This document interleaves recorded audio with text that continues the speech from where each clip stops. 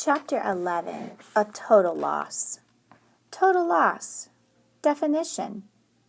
Goods so damaged that there's no point in repairing them, or they can't be repaired at all. The first cup was an easy sell. The second cup, too. It was on the third cup that a little girl, about 6 years old, said, "Ew, there's a big bug in my drink." Then her brother said, "There's one in mine, too." "Gross," said another older boy on a skateboard. "There are like 3 in mine. I want my money back, man," he said, dumping his lemonade on the ground. The mother of the little girl and boy looked into their cups carefully. "I think you need to check your lemonade, honey," she said to Evan. Evan unscrewed the cap and everyone looked in. The surface was swimming with dead bugs, fruit flies, worms, and a soggy brown caterpillar. "Oh, my goodness," said the mother. The boy started spitting on the ground like he was going to die. The girls started wailing, "Mommy, I drank bugs. I have bugs in my tummy." Evan couldn't believe his eyes. How did this happen? Did they crawl in somehow? They couldn't have. He had screwed the lid on tightly. He was sure of it. And anyway, 1 or 2 bugs crawling in? Maybe. But 50 dead fruit flies and 2 inchworms and a caterpillar? It just wasn't possible. Evan was burning with embarrassment as everyone looked at him and his buggy lemonade. Frantically, he reached into the cooler and started to scoop out the dead bugs with his hands. Sweetheart," said Mother, "you can't sell that lemonade." "I'll get them all," said Evan. "I'll get every one last out." "No, dear, you really can't. You need to dump it out," she said. Evan looked at her like she was crazy. Dump it out? Dump it out? He'd spent $40 of his hard-earned money on that lemonade and another $1 for the cups.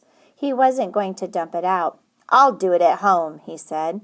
"No, you should do it here, I think. I need to be sure it's all disposed of properly." Evan looked at her. He didn't know her, but he knew her type. Boy, did he know her type. She was the kind of mother who thought she was the mother of the whole world. If you were on the playground, she thought you were playing too rough. She'd tell you.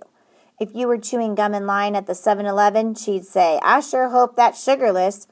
Mothers like that never minded just their own business or just their kids' business. They thought they had to take care of every kid in the kingdom. "It's too heavy for me to dump," he said. "I'll take it home and my mom can help." "I'll help," said the busybody mother of the world. "All we need to do is tip it a little." She grabbed one handle of the big cooler. Evan had no choice but to grab the other handle. Together they tipped in. The lemonade poured out into the top of the cooler. They poured and poured and poured. The lemonade sparkled in the sunlight like a bejeweled waterfall and then disappeared without a trace, soaking into the parched September grass. As the last sluice of lemonade slipped out of the cooler, a slick of mud poured out. "Oh, my goodness," said the mother. Evan couldn't believe it. He couldn't believe how quickly his victory had turned to defeat. It was just like the lemonade. It had disappeared into the grass, leaving nothing behind. A total loss.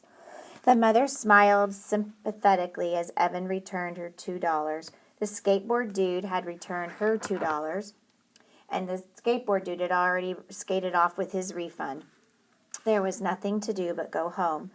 Evan walked slowly, dragging the wagon with the empty cooler rattling behind him. With every step he took, the wagon handle poked him in the rear end. Step, poke, step, poke. He felt like someone was nudging him forward. "Evan, Mom wants to see you in her office right away." That had been weird. His mom had no idea what he meant. "I didn't call you. I didn't call anyone," she said. "I've been at my computer." "Evan, Mom wants to see you." He had been coming up the stairs. Josie had been in the garage. She had looked anxious. "Right away," she had said. Evan stopped walking. He stared at the empty cooler. Then he started to run. The wagon bounced crazily along the uneven sidewalk. Twice it tipped over. What did it matter? Thought Evan angrily. There's no lemonade to spill. By the time he got home, he had it all figured out. He looked in the kitchen trash and found the 3 Ziploc bags, inside out and sticky with lemonade.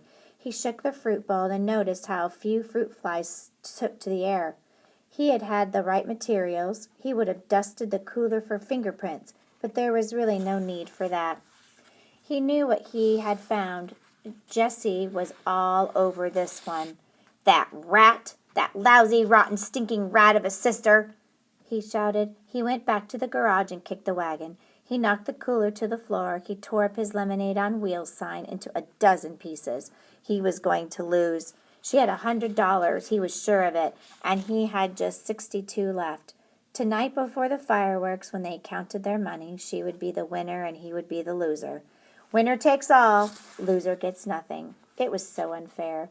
Evan stomped upstairs to his room. He slammed the door so hard it bounced open again. When he went to close it, he was staring across the hallway straight into Jessie's room. He could see her neatly make her bed covered in cush pillows, the poster of Bar Harbor from their trip to Maine this summer, and her night table with Charlotte's Web at the ready. Evan crossed the hall, then paused at Jessie's door. There was the rule about not entering. Well, she'd already broken the first rules. Even though there wasn't really a rule about fruit flies and lemonade, it was clearly a dirty trick. Evan walked in and went straight to Jessie's desk drawer. There was the fake pack of gum inside the key. Did she really think he didn't know where she'd hid it? He'd seen her slip the key inside the box when he was passing by on his way to the bathroom. Jessie was smart, but she wasn't very smooth. He'd known for months where the key was hidden. He just hadn't bothered to use it. Until now. It took him a while to find the lockbox. He checked the bureau drawers first and then under Jessie's bed. But finally he found it hidden in her closet. Again, not very smooth. Evan carried the key in the lockbox back to his room and sat on the bed. He put the key in the lock and opened the door. Then, the moment of truth, he lifted out the plastic change tray. There was a whole bunch of scraps of paper on top, and there was a folded index card. Evan moved these aside and found a $10 bill paper clipped to a birthday card. Under that was an envelope labeled pre-war earnings with $4.42 inside. That was the money Jessie had had before the lemonade war began. She'd kept it separate, just like she promised. Next to it was a fat envelope labeled lemonade earnings. Evan opened the envelope. Inside, the bills were arranged by ones, fives, and tens.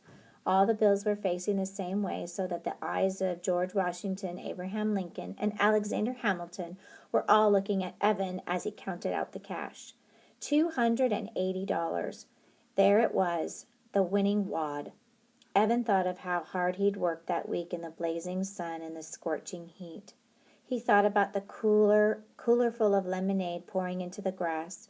He thought about handing over his $62.11 to Jessie and how she'd smile and laugh and tell everyone that she had won the lemonade war. The guys would all shake their heads. What a loser. Megan would turn away. What a stupid jerk. Evan slammed the lid of the box shut. He stuffed the envelope in his shorts pocket. He was not going to let it happen. He wasn't planning to keep the money. Not for good, but he wasn't going to let her have it tonight. When it came to time to show their earnings, he'd have $62.11, and she'd have nothing. He'd given her the money back tomorrow. He'd give her back the money tomorrow, or maybe that night after that, but not tonight. He suddenly felt a desperate need to get out of the house as fast as he could. He shoved the lock box into Jessie's closet and the key back into the fake pack of gum. "Hey, Mom," he shouted, not even waiting for her to answer back. "I'm going to school to see if there's a game. 'Kay?"